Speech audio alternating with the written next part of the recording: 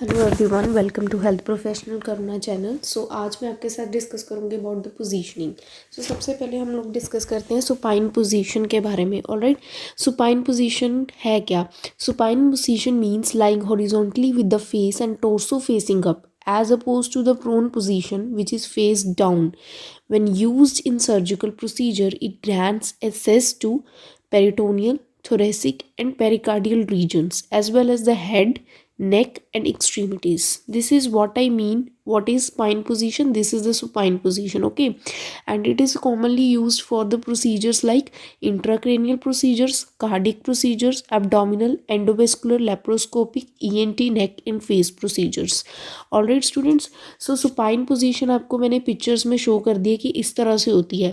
सो supine position क्या है? One of the most natural position है पेशेंट के लिए, जिससे हम क्या पेशेंट का लो करते हैं, एनाटॉमिकल स्ट्रक्चर जो है वो हमें अच्छे से विजिबल हो जाए।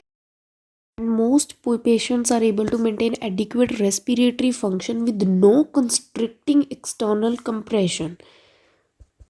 All right, and pressure point जब हम सुपाइन पोजीशन दी होती है पेशेंट्स को, तो हमें कुछ एरियाज़ को पैडिंग रखना पड़ता है सो दैट कि प्रेशर सोर्स उस चीज़ पे उस जगह पर ना हो।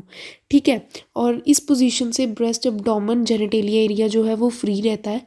सो मैं आपको एक पिक्चर से शो करने जा रही हूँ कि किन किन ऑर्गन्स पे ज़्यादा इफेक्ट पड़ता है when we take long time supine position जब हम लोग लेते हैं। शोल्डर्स पे, बैक ऑफ द हेड पे, हिप पे, एल्बो पे, लोअर बैक एंड बटक्स पे, इनर नीज पे एंड हील्स पे।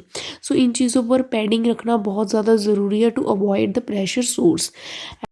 Now let's discuss some MCQs related to the supine position. So number one is, which position we will give to do appendectomy? Supine, Trendelenburg's or both A and B? So right answer is both A and B. Why? Because हमें maximum जो है exposure चाहिए होता है। Initially हम लोग supine position देते हैं, उसके बाद Trendelenburg position, left laterally rotate करते हैं पेशेंट को ताकि राइट लोअर क्वाड्रेंट में मैक्सिमम एक्सपोजर हो सके to do the procedure. Next question is position in case of laparotomy. Supine position देंगे, फाउलर्स पोजीशन देंगे या सिम्स पोजीशन देंगे? Sir right answer is the supine position. Why? Because laparotomy procedure के case में हमें mid line incision देना होता है, और मिड लाइन इंसीजन देने के लिए सुपाइन पोजीशन हम लोग देते हैं। इससे क्या होता है, ब्लीडिंग भी कम होती है और ईजी हो जाता है प्रोसीजर। ऑलराइट, सो हमें रैपिड और गुड एक्सपोजर मिलता है ऑपरेट करने के लिए पेशेंट को, इसीलिए हम लोग मिड लाइन इंसीजन देते हैं पेशेंट को सुपाइन पोजीशन देकर। ऑलराइट, सो नेक्स्ट क्वेश्चन हमारे पास आ रहा है कि हॉरिजॉन्टल रिकम्बेंट पोजीशन को हम लोग और किस नाम से बुलाते हैं? सिम्स पोजीशन, फाउलर्स पोजीशन या supine position? Right answer is the supine position. So this was all about the supine position topic.